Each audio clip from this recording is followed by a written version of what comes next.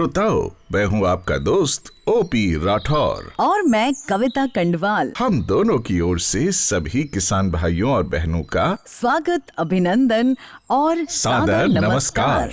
श्रोताओं, अपना वादा निभाते हुए आज हम फिर आपसे रूबरू हैं, लेकर आपका मनपसंद कार्यक्रम जिसका नाम है आधुनिक कृषि चौपाल, विज्ञान से किसान तक। किसान भाइयों और बहनों, आपके लिए ये बेहद उपयोगी कार्यक्रम हम प्रस्तुत कर रहे हैं भारत सरकार के कृषि एवं किसान कल्याण मंत्रालय के सौजन्य से और आकाशवाणी नई दिल्ली के प्रयास से। श्रोताओं, आज की कड़ी में हम चर्चा करने वाले हैं पोषण से भरी सब्जियों की और इनके बीजों, रोपण सामग्री व नई कृषि विधियों की। साथ ही आज चर्चा होगी सब्जियों को उगाने की नई तकनीकों के बारे में भी। और ये सब इसलिए कि हमारे किसान भाई सब्जियों की खेती आधुनिक वैज्ञानिक तौर तरीके से करें, कम भूमि से ज्यादा पैदावार हासिल करें और अपनी आमदनी बढ़ाएं, मुनाफा बढ़ाएं। साथ ही देश में पोषण सुरक्षा को भी मजबूत बनाएं।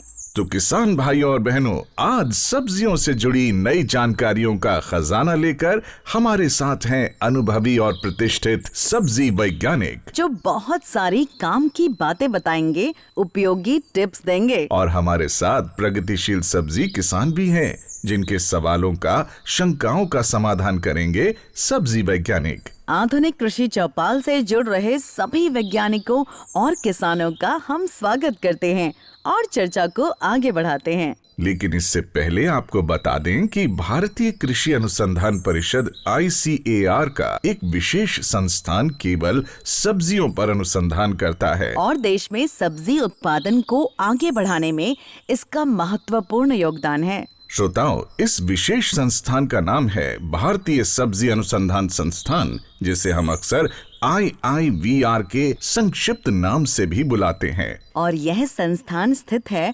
उत्तर प्रदेश के वाराणसी यानी काशी नगरी में। हमारे लिए प्रसन्नता की बात है कि इस संस्थान के निदेशक और प्रमुख वैज्ञानिक आज की आधुनिक कृषि चौपाल से जुड़ रहे हैं। तो अब हम कृषि चौपाल की शुरुआत करते हैं IIVR के निदेशक डॉक्टर राजेश कुमार से।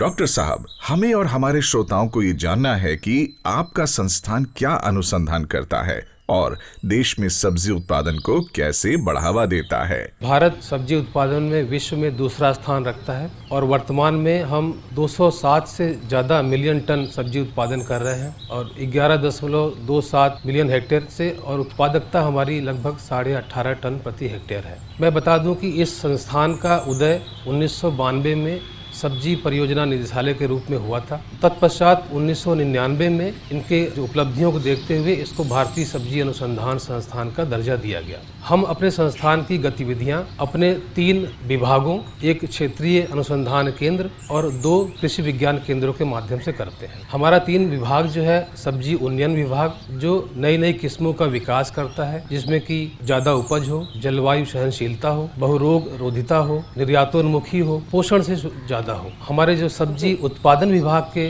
जो वैज्ञानिक लोग कार्य करते हैं, हम क्या करें उसमें कि सब्जी उत्पादन ज्यादा हो, जैसे कि संरक्षित खेती के लिए, कार्बनिक खेती के लिए कम पानी लगे, उस तरह से कैसी तकनीकें का इजाद करें, उसके लिए करते हैं। दूसरा हमारा सब्जी सुरक्षा जो महत्वपूर्ण विभाग है कि हम सब्जी में कीट व्याधियां या रोग लगने के लिए क्या उपाय करें, किसान भाइयों को कम से कम खर्चे में उनका जो रोग है या कीट व्याधियों का हो जो मैनेजमेंट हो सके। इसके लिए हम बायोपेस्टिसाइड्स पे ज्यादा फोकस कर रहे हैं आजकल।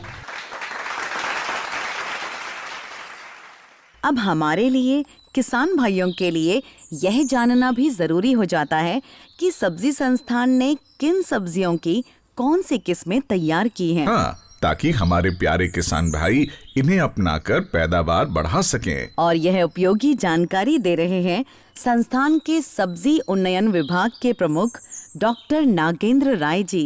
भारतीय सब्जी अनुसंधान संस्थान का सब्जी उन्नयन विभाग इस समय 42 सब्जियों पर कार्य कर रहा है और मैं आपको बताना चाहूँगा कि भारतवर्ष में 70 सब्जियां उगाई जाती हैं, जिसमें हम 60% सब्जियों की पर हम अनुसंधान कर रहे हैं, जिसमें हमारी 20 प्रमुख सब्जियां हैं, जैसे टमाटर है, बैंगन है, मिर्च है, फूल गोभी है। हम 22 अप्रचलित सब्जियों पर भी हम खेती कर रहे हैं, जैसे हमारी कलमी साग है, पोई है, बथुआ है और स्वाड बीन है, विंड बीन है, सोयाबीन है।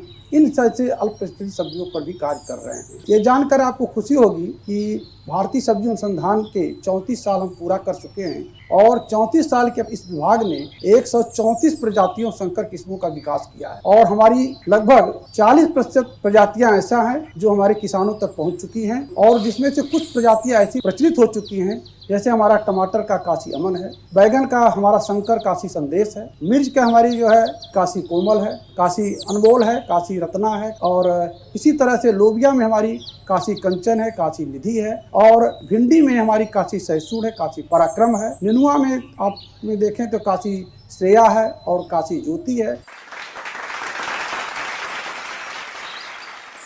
अब हमारे साथ जुड़ रहे हैं सब्जी अनुसंधान संस्थान के बायोटेक्नोलॉजी विभाग के प्रधान वैज्ञानिक डॉक्टर डीपी सिंह। डॉक्टर साहब, क्या बायोटेक्नोलॉजी के दखल से सब्जी की किस्मों को रोगों और कीड़ों या जलवायु परिवर्तन के उतार चढ़ाव के प्रतिरोधी या सहनशील बनाया जा सकता है? डॉक्टर डीपी सिंह जी, जलवायु परिवर्तन को ध्यान में रखकर सब्जी की कौन सी किस्में विकसित की गई हैं जिन्हें हमारे किसान अपना सकते हैं? बायोटेक्नोलॉजी एक ऐसा क्षेत्र है जो आजकल काफ़ी तेज़ी से आगे बढ़ा है।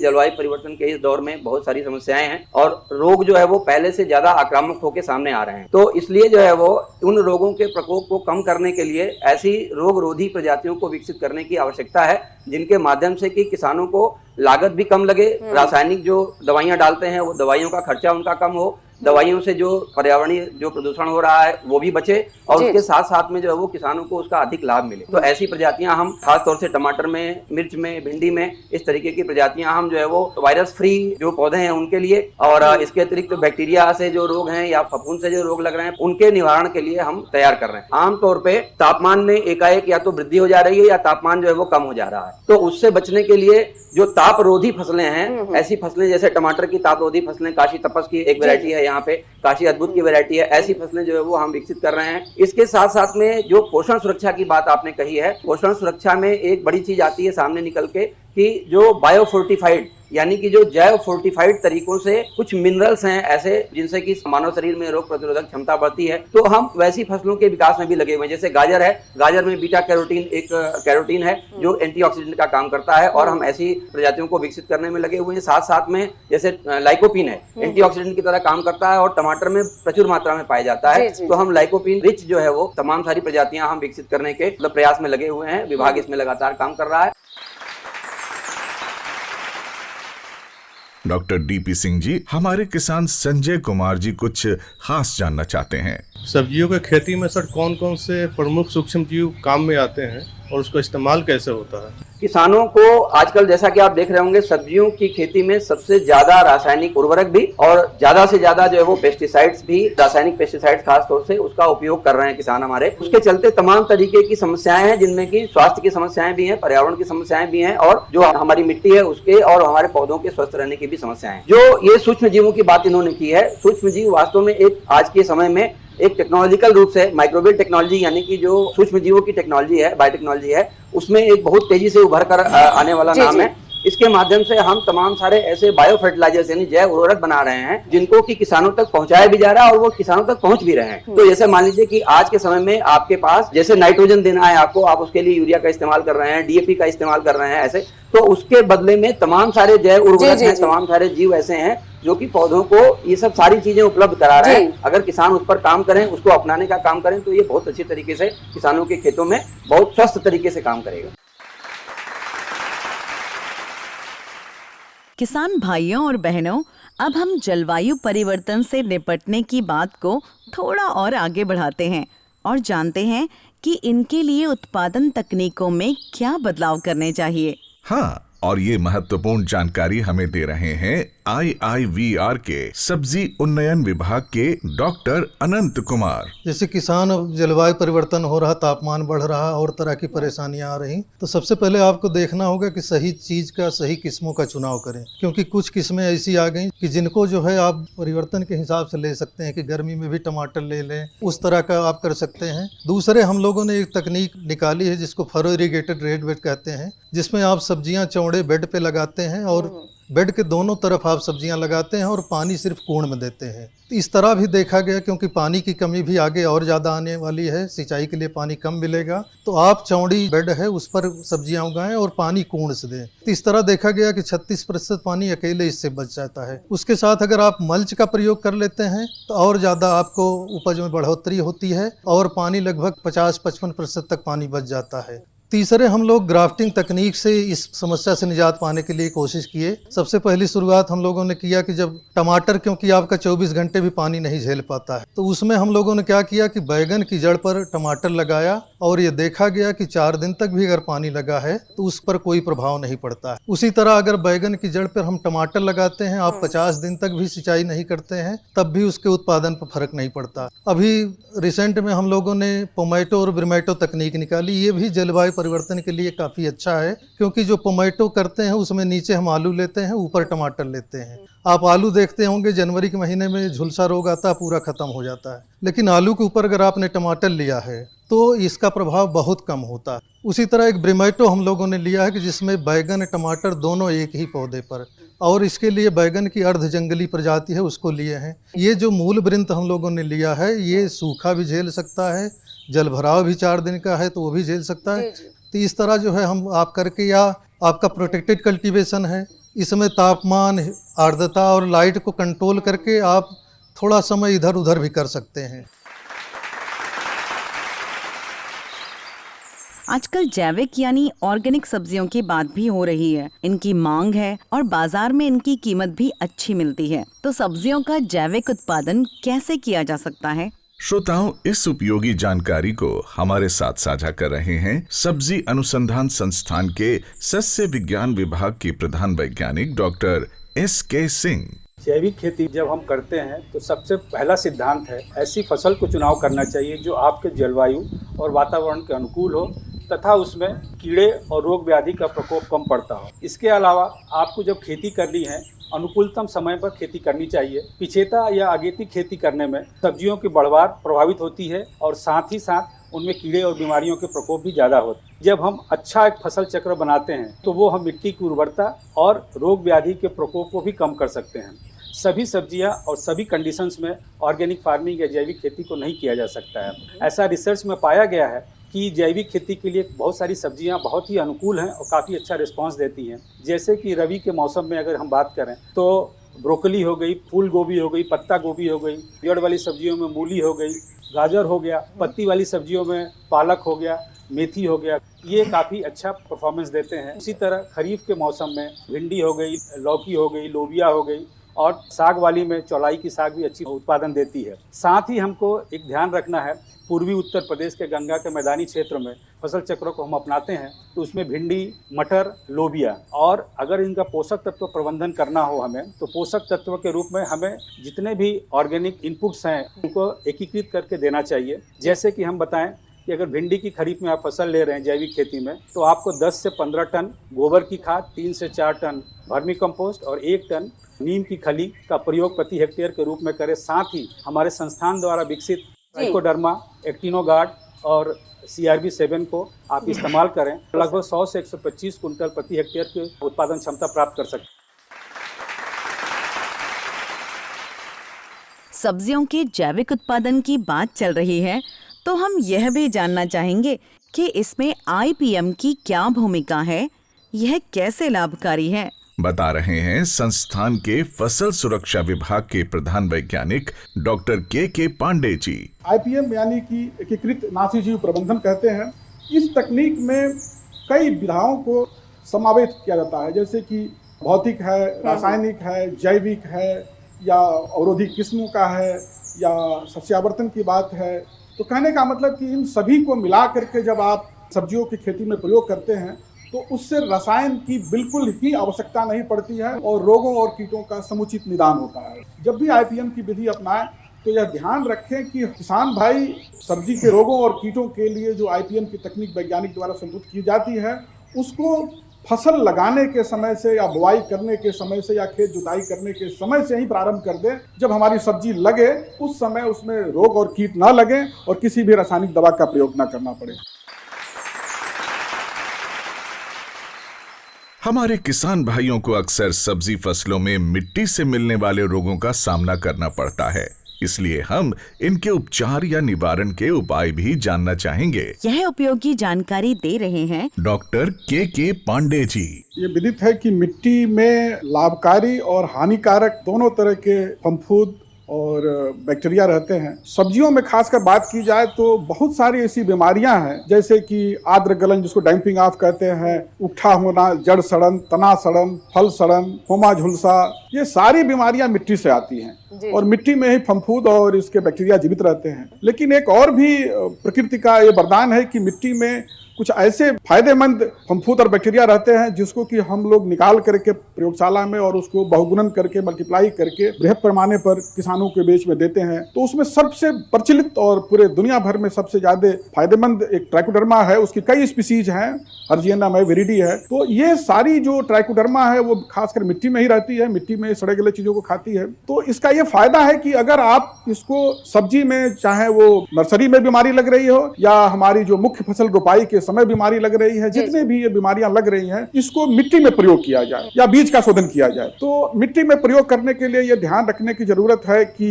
रोपाई या बुआई के कुछ दिन पहले ही इसका मिट्टी में मिला दिया जाए। रोपाई के समय या बुआई के समय में बीज शोधन कर दिया जाए।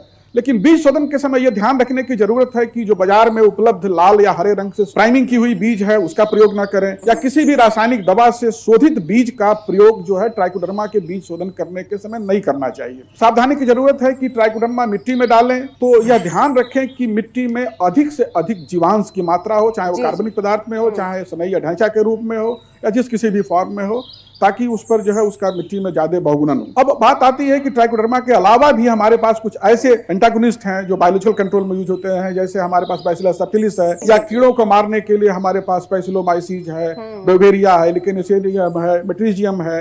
इन सब भी ये मिट्टी में रहते हैं। इनको निकाल करके हम कीड़ों के जो खासकर रस चूसने वाले कीटों के ऊपर प्रयोग कर सकते हैं। किसान भाइयों और बहनों, सब्जी अनुसंधान संस्थान द्वारा अनेक योजनाओं के जरिए नई तकनीकों को किसानों के खेतों तक पहुंचाया जा रहा है ताकि पैदावार ज्यादा हो, किसानों का मुनाफा बढ़े। बिल्कुल, ऐसी कुछ योजनाओं के बारे में बता रहे हैं संस्थान के प्रसार विभाग के प्रधान वैज्ञानिक डॉक्टर नीरज सिंह।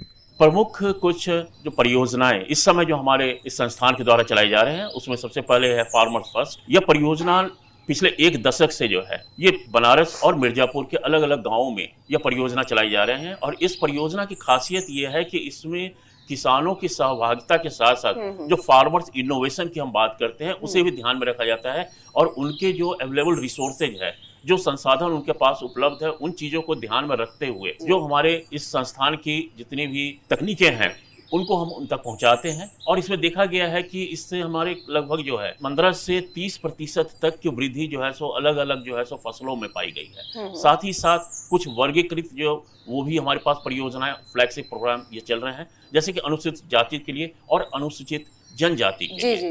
अनुसूचित जाति के लिए वैसे तो सरकार पूरे देश भर में ये कार्यक्रम चला रही है, मगर ये संस्थान 3 राज्यों में, उत्तर प्रदेश, बिहार और पश्चिम बंगाल में ये कार्यक्रम जो है चला रहे हैं। और इस फ्लैगशिप प्रोग्राम में अनुसूचित जाति के जो हमारे किसान साथी हैं उनको जो है सो हम नई तकनीक के साथ साथ प्रदर्शन देते हैं, उसकी प्रशिक्षण देते हैं, स्किल डेवलप हम करते हैं जिससे कि वो उसे अडॉप्ट करें और कम लागत में, क्योंकि खेती की जब हम बात करते हैं तो सबसे इम्पॉर्टेंट होता है कि कम लागत जिससे कि मुनाफा ज्यादा हो, तो कम लागत में कैसे हम उसे कर सकें ये तकनीक हम बताते हैं। साथ ही साथ जो अनुसूचित जनजाति के जो ट्राइबल्स हमारे साथी हैं उसके लिए उत्तर प्रदेश और झारखंड ये 2 राज्यों में जो है सो हमारे ये फ्लैगशिप प्रोग्राम चल रहे हैं। और इसमें लगभग 40 गाँव में अब तक हम जो है सो अलग अलग जो है सो क्षेत्रों में जो है सो ये कार्य हम कर रहे हैं प्रशिक्षण और स्किल डेवलपमेंट कर रहे हैं, साथ ही साथ जो हम प्रदर्शन कर रहे हैं, डेमोन्स्ट्रेशन अलग अलग टेक्नोलॉजी के दे रहे हैं और इससे किसानों को काफी लाभ हुआ है। और अब हम आधुनिक कृषि चौपाल की चर्चा को ले चलते हैं देश के सुंदर पूर्वोत्तर राज्यों की ओर। हाँ, और यहाँ सब्जी उत्पादन को बढ़ाने की बहुत संभावनाएं हैं क्योंकि यहाँ प्राकृतिक खेती और जैविक खेती का बोलबाला है। IIVR द्वारा यहाँ सब्जी की खेती को बढ़ावा देने के लिए क्या कुछ किया जा रहा है, बता रहे हैं संस्थान के सब्जी उन्नयन विभाग के प्रधान वैज्ञानिक डॉक्टर राकेश कुमार दुबे। उन सभी राज्यों में अगर हम सिक्किम को देखें तो बाय डिफॉल्ट एक तरीके से ऑफिशियली वो ऑर्गेनिक स्टेट के रूप में डिक्लेयर भी है। साथ ही साथ अगर हम नेशनल एवरेज से देखेंगे फर्टिलाइजर और पेस्टिसाइड एप्लीकेशन का, तो उन राज्यों में निश्चित तौर पर बहुत ही कम मात्रा में पेस्टिसाइड वगैरह का प्रयोग होता है। लेकिन एक सबसे बड़ी जो वहाँ के राज्यों में जो हम लोगों का, चूंकि मुझे खुद पूर्वोत्तर में सर्विस करने का अवसर मिला, तो मैंने उस अवसर में देखा कि वहाँ पर अगर किसी चीज़ की जो नेचुरल कांस्टेंट हैं वो तो है ही हैं, उसके अलावा जो सबसे बड़ी जो कमी है गुणवत्ता युक्त बीजों की कमी। तो उन गुणवत्ता युक्त सब्जी बीजों की जो अनुपलब्धता होती है उसके कारण शायद कहीं हमारा जो नेशनल एवरेज जो प्रोडक्टिविटी है, कहीं जो हम 18.5 टन प्रति हेक्टेयर की दर पर हैं, वहाँ पर हमारे उन राज्यों में, पूर्वोत्तर के राज्यों में कहीं 5 से 6 मैक्सिमम 8 टन प्रति हेक्टेयर की उपज होती है। तो वजह ये है कि जो उनका अपना बीज पैदा होता है उसी को बार बार यूज करते हैं। तो उस दिशा में भारतीय सब्जी अनुसंधान ने बहुत अच्छा पहल किया है। पिछले लगभग 5-6 सालों से हम लोग लगातार उनको ट्रेनिंग दे रहे हैं, फ्रंट लाइन डिमॉन्स्ट्रेशन, और एक तरीके से हम जो वहाँ की ऑर्गेनाइजेशन हैं, जैसे सेंट्रल एग्रीकल्चर यूनिवर्सिटी है, ICR के विभिन्न सेंटर्स हैं, आत्मा के सेंटर हैं, KVK हैं, FPOs हैं, इनके माध्यम से हम उनको अलाइन करके, और अच्छी बात यह है कि लोकल उनकी भाषा में हम अपनी चीज़ों को, साइंटिफिक भाषा को वहाँ पर पहुँचा रहे हैं। हम उत्पादन और उत्पादकता की बात तो बहुत करते हैं, लेकिन कड़वी सच्चाई ये भी है कि फसल की तुड़ाई के बाद बाजार पहुंचने से पहले सब्जियों की एक बड़ी मात्रा खराब हो जाती है। हाँ, तो इस वेस्टेज को रोकने के क्या उपाय हैं? सब्जी अनुसंधान संस्थान द्वारा इसके लिए क्या प्रयास किए जा रहे हैं? इस सवाल का जवाब हमें मिलेगा संस्थान के कटाई उपरांत प्रबंधन विभाग की वरिष्ठ वैज्ञानिक डॉक्टर स्वाति शर्मा जी से। आज देश ही नहीं विदेश में भी, विश्व भर में तुड़ाई उपरांत जो क्षति है, खासकर फल और सब्जियों में, ये एक महत्वपूर्ण चिंता का विषय लगातार बनी हुई है। यूनाइटेड नेशन सस्टेनेबल डेवलपमेंटल गोल भी है कि 2030 वर्ष तक जो तुड़ाई उपरांत जो क्षति हो रही है इसको कम से कम आधा कम किया जाए, मतलब 50% कम से कम हम लोग कम कर पाए। इसका एक कारण ये भी है कि सब्जियां और फल हैं क्या, वो क्या फल जब हम लोग तोड़ लेते हैं, वृक्ष से अलग हो जाता है, पौधे से अलग हो जाता है, तभी वो जीवित होती हैं। और वो नाशवान ज़्यादा अधिक इसीलिए होती हैं क्योंकि वो नमी बहुत तेज़ी से खो रही होती है, उनकी बनावट जो है मुलायम होती है और रोग से उनकी लड़ने की क्षमता भी कम हो जाती है। और क्योंकि उनकी बनावट धीरे धीरे कम ठोस होती जाती है तो वो रोगों के प्रति ज़्यादा सहनशील हो जाती हैं। इस कारण से उनमें रोग भी जल्दी लगते हैं। साथ ही जब हम लोग ट्रांसपोर्टेशन के दौरान, परिवहन के दौरान, उसमें जो दबाव से इंजरी है, जिसको कंप्रेशन इंजरी बोलते हैं, या इम्पैक्ट से जो इंजरी है, वो सब भी बढ़ जाता है। तो इन कारणों से देश भर में, और विभिन्न आंकड़े जो विश्व भर के भी हैं, 5 से 25% तक, 30% तक भी विभिन्न फल सब्जियों में नुकसान देखा गया है।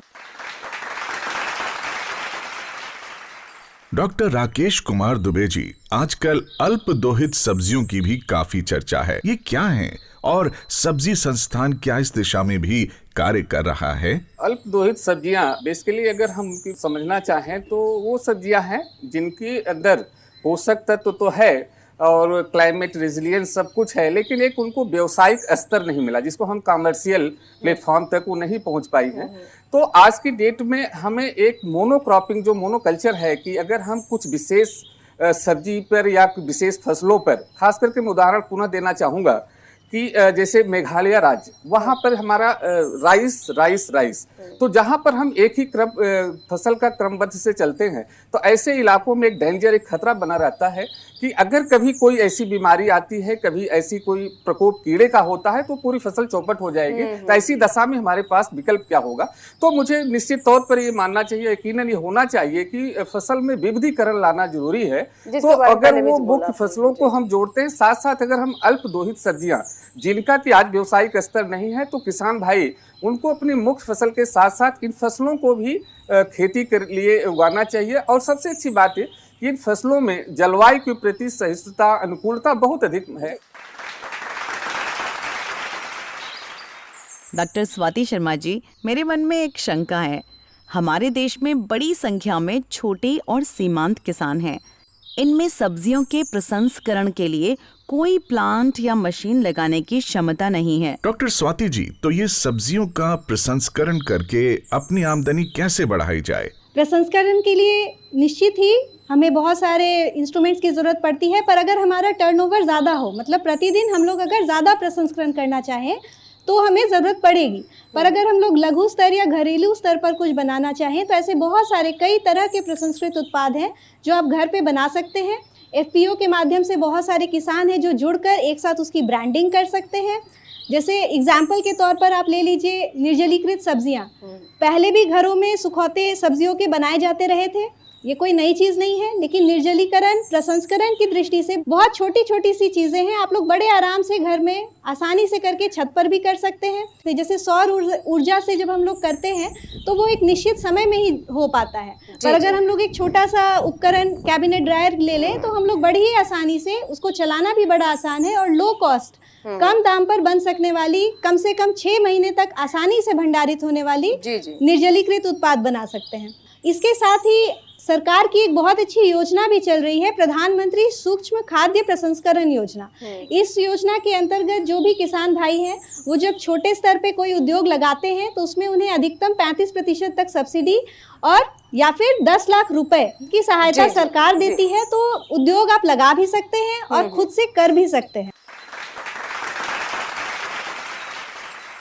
अब हम आज की आधुनिक कृषि चौपाल को समापन की ओर ले जा रहे हैं, लेकिन इससे पहले डॉक्टर नीरज सिंह जी, हम आपसे ये जानना चाहते हैं कि IIVR द्वारा विकसित सब्जी की किस्मों, आधुनिक तकनीकों आदि का देश के सब्जी उत्पादन पर क्या प्रभाव पड़ा है?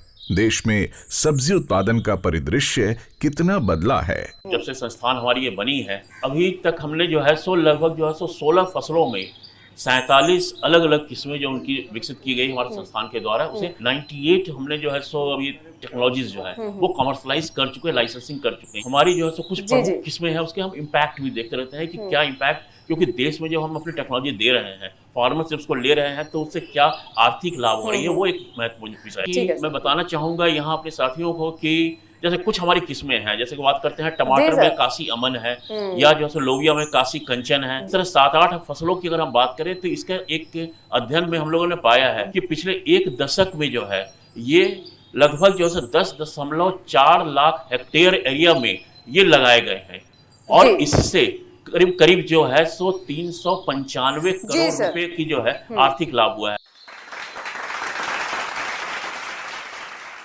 किसान भाइयों और बहनों, आशा है आज की आधुनिक कृषि चौपाल से आपको सब्जी उत्पादन बढ़ाने के लिए, ज्यादा आमदनी और लाभ के लिए उपयोगी जानकारी मिली होगी। किसान भाइयों और बहनों, इन काम की बातों को, वैज्ञानिकों की सलाह को आप अपने खेतों में आजमाएं और ज्यादा मुनाफा हासिल करें, तभी हमारे वैज्ञानिकों की मेहनत सफल होगी। हम आज की आधुनिक कृषि चौपाल के साथ जुड़े सभी वैज्ञानिकों और किसानों के प्रति आभार प्रकट करते हैं, धन्यवाद देते हैं। और श्रोताओं, हमारा आपसे विनम्र आग्रह है, गुजारिश है कि कृपया हमें यह जरूर बताएं कि आपको आज का कार्यक्रम कैसा लगा और इसे कैसे अधिक उपयोगी और लाभकारी बनाया जा सकता है। आप अपने सुझाव और प्रतिक्रिया हमें ईमेल कर सकते हैं। हमारा ईमेल पता है kkbongold@gmail.com। ईमेल पता एक बार फिर सुने और नोट करें,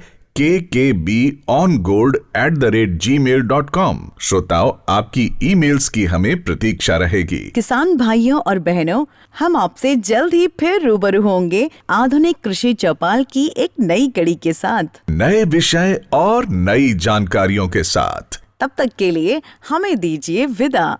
नमस्कार। नमस्कार।